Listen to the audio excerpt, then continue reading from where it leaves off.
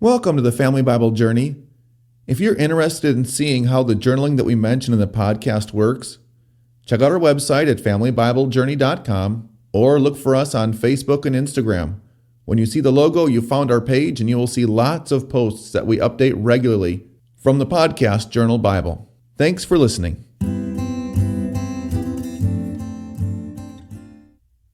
This is episode 168, season 1 of the Family Bible Journey Old Testament podcast. Today we're looking at 1 Samuel chapters 21 and 22. The title of today's podcast is A Murderous, Jealous Anger. And our key passage for today is chapter 22, verses 11 to 16, where Saul slays the priests at Nob. We read, Then the king sent to summon Ahimelech, the priest, the son of Ahitub, and all his father's house, the priests who were at Nob, and all of them came to the king. And Saul said, Hear now, O son of Ahitub. And he answered, Here I am, my lord. And Saul said to him, Why have you conspired against me, you and the son of Jesse, in that you have given him bread and a sword, and have inquired of God for him, so that he has risen against me to lie in wait as to this day? Then Ahimelech answered the king, And who among all your servants is so faithful as David, who is the king's son-in-law and captain over your bodyguard, and honored in your house?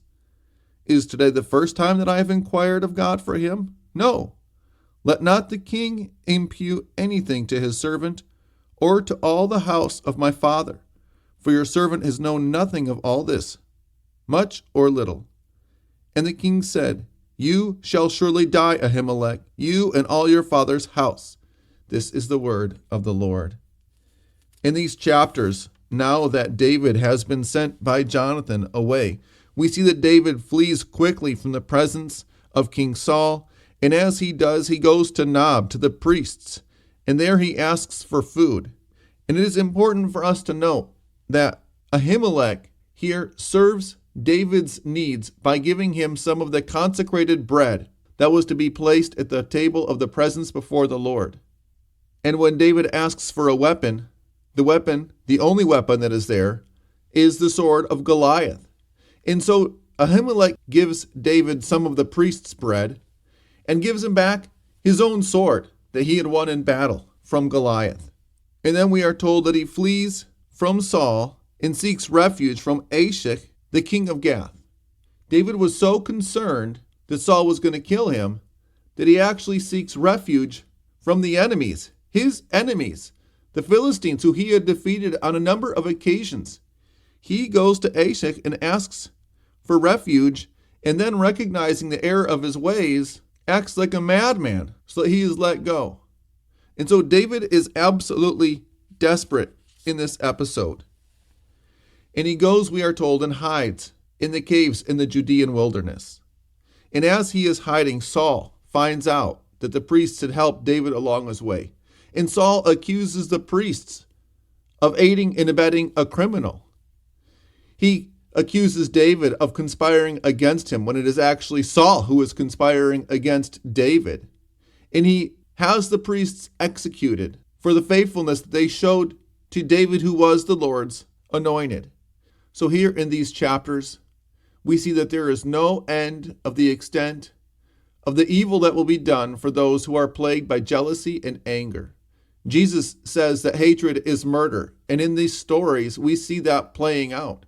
Saul is so consumed by his jealousy, so consumed by his anger at David for being a threat to his throne, that he is completely blind to his own sin.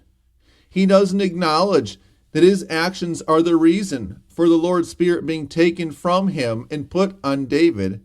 But no, instead, he is willing to kill even the priests of God, who gave David their bread, who gave David his sword, feeling justified in this murder, because at this point in time, his anger and his jealousy have completely consumed him.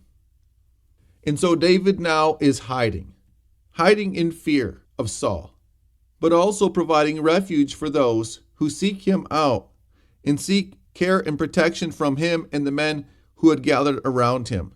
And this is going to become David's life. for well over a decade, as he is going to spend the rest of Saul's natural life fleeing from the murderous, jealous rage that has consumed King Saul, and collecting those who were cast off by society, those who Saul counted as enemies for doing the right thing. And so here we see in David a type of Christ, someone who is taking care of the afflicted, who is gathering the outcasts, whose star is rising, even as the anger and hate of evil King Saul are conspiring to ruin his life and deprive him of life. Because try as hard as Saul may, he is not going to be able to overpower God.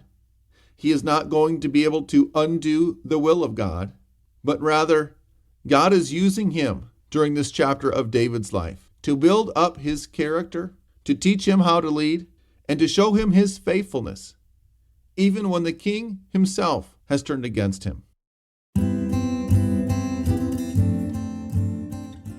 If you appreciate this podcast as a part of your daily routine and would like to become a monthly sponsor so that others are blessed as you are by the podcast, go to FamilyBibleJourney.com to learn more. Sponsorships are tax deductible and cover our operating expenses like hosting and the services that make this podcast work. Our blessing for today. When all seems lost and you are at your lowest point, may you cling to God and his promises, knowing he has your best interest always at heart. Amen.